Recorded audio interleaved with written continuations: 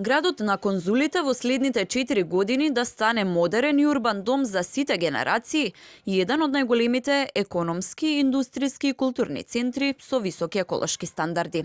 Ова се предвидува во програмите на двајцата фаворити за градоначалници на Битола, Христо Кондовски од редовите на СДСМ и Тони Коњановски од ВМРО-ДПМН.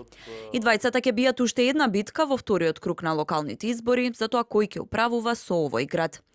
И Кондовски и Коњановски нудат решенија за проблемите на битолчани, како и ветувања за возвишување на Битола до европските метрополи. Унаму каде што се сретнуваат нивните приоритети е топлификацијата.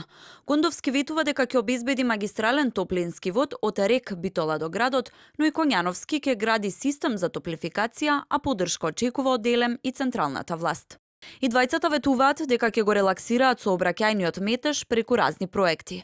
Односно Кондовски ќе прави подземна сообраќајница по широк сокак, а Коњановски пак ќе прави 5 кружни тека. Сообраќајниот метеж дополнително ќе го решаваат преку градење на нови улици, а ќе реконструираат и делот веќе постоечките. И двајцата сложни дека на Битола и треба нов спортски центар, па ветуваат дека битолчани ќе го добијат. Нов и модерен со големи и мали сали за различни спортски активности. Кондовски ги повика гласачите во вториот круг да ја одберат неговата програма со ветување дека ќе ја реализира 100%. Сакам да ги поздравам и да кажам, да ги уверам дека стварно сум сигурен дека програмата може да се реализира 100% и во делот на оние малски проекти, на мини проекти и во делот на тие поголеми проекти како што е уредувањето на централното градско јадро. Коњановски пак вели дека на граѓаните им е потребна локална самоуправа која ќе биде јавен сервис достапен за сите. Оно на што граѓаните го бараат од новата локална самоуправа.